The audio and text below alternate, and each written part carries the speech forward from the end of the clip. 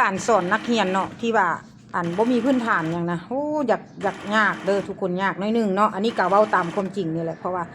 ว่าพื้นฐานกับเจ้าบ่เคยเหยียบจักบ่เคยอีหยังเลยนะเนาะเพราะว่าถ้าผู้ใดมาหาแม่ยาสีอยู่ในห้านนี่มันจะเป็นไวย้อนสิแหละเพราะว่าเขาจะได้จับมือทำแบบนี้กับนักเรียนเนาะทุกคนเนาะในการที่ว่ามาเรียนตัดเครื่องแหละโดยที่บ่ได้มีความรู้ในด้านการเหยียบจักรขนาดเนาะได้มาสอนไม่แบบซีเบิร์ดเลยทุกคนเนาะได้มาสอนไม่อันนี้นะเนี่ยก็จะประมาณนี้แหละทุกคนเนาะเพิ่นย้านแฮงเพิ่นว่าสิบ่เข้าจักว่าซั่นบ่ได้บ่เข้าเฮาบ่เข้าเฮ็ดมันก็จะบ่เก่งเนาะทุกคนฉะนั้นเฮาต้องเข้าไป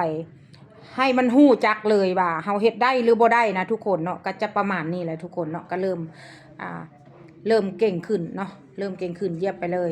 เนาะเริ่มเก่งขึ้นไปเหยียบไปเลยได้บ่ครับเลยดิเห็นบ่มีดมันจะอยู่ใน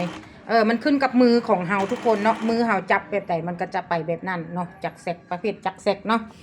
เฮาจับให้มันซื่อๆกะว่ามันจิตัดหลายขึ้นแล้วเฮาก็จะสุกไปน้อยนี่เนาะจะเสลียงมือน้อยนึงให้มันซึ่งกับใบมีดนี่ทุกคนเนาะถ้าผู้ใดอยากได้ความรู้ที่เรื่องกว่านี้ในการสอนบวกลบคูณหารเรื่องการตัดสินอย่าลืมเด้อฝากกดติดตามช่อง YouTube แม่ยายสีไว้เด้อเนาะแม่แก้วรีวิวเรื่องจริงเด้อทุกคน